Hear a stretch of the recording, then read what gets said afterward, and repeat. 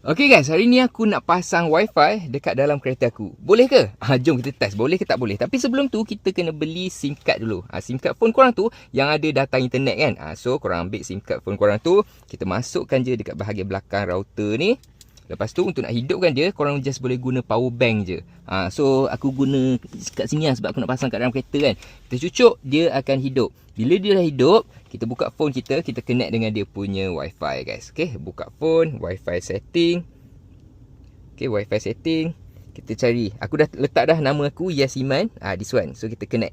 Bila dah connect, pump, dia dah naik kat situ. Nampak? Oh, dia tak connect lagi. Sabar. Okay, dia dah connect, pump, dia akan naik kat situ. Jom kita buka YouTube. Mana YouTube? Okay, YouTube kita buka. Jom kita tengok laju ke tak kan? Jom kita test. Inilah masanya. Kita buka video yang panjang sikit. Mana. Okay, kita tengok yang ni. Laju ke tak laju? Sabar, iklan jap. Alright, nampak dia loading. Laju, dah sampai kat situ lah. Nampak kat situ dah. Jap, kita skip, pergi kat tengah-tengah.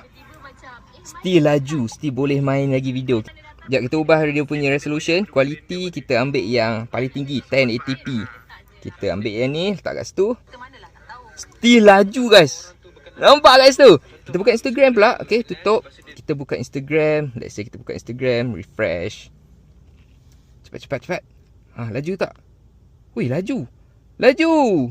Nampak? Laju guys.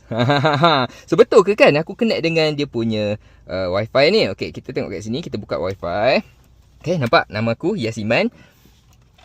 And let's say kalau aku cabut ni. Okay, aku cabut, dia akan hilang nanti. Betul ke tak? Nanti korang cakap aku menipu kan. Okay, tunggu. Pak, dia akan hilang. So benda ni memang function guys. So wifi ni aku just letak je kat sini.